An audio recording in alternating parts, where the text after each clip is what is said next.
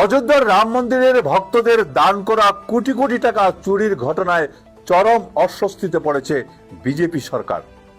মন্দিরের কর্মীদের কাছ থেকে বিপুল নগদ অর্থ ও সোনা উদ্ধারের পর ট্রাস্টের প্রশাসনিক ব্যর্থতা ও নজরদারির অভাব এখন সবার সামনে স্পষ্ট। সবচেয়ে চাঞ্চল্যকর দিকটি হল বিজেপির অন্দরই বিদ্রোহ। বিনয় কাঠিয়ার ও ব্রিজভূষণ শরণ সিংয়ের মতো নেতারা ট্রাস্টের কর্তাদের প্রকাশ্যে চোর আখ্যা দিয়েছেন।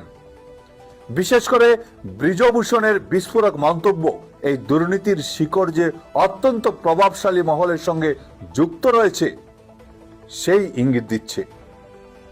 ভক্তদের আবেগের জায়গায় এমন দুর্নীতির অভিযোগ একদিকে যেমন সাধারণ মানুষের আস্থা নষ্ট করছে, তেমনি বিরোধীদের সামনেও সরকারের স্বচ্ছতা নিয়ে প্রশ্ন তোলার সুযোগ করে দিয়েছে। ট্রাস্টের ব্যর্থতা আর দলীয় নেতাদের এই প্রকাশ্যে বিদ্রোহ বিজেপির জন্য এখন এক গভীর রাজনৈতিক সংকটের কারণ হয়ে দাঁড়িয়েছে, যা আগামী দিনে তাদের অস্বস্তি আরও বাড়াবে।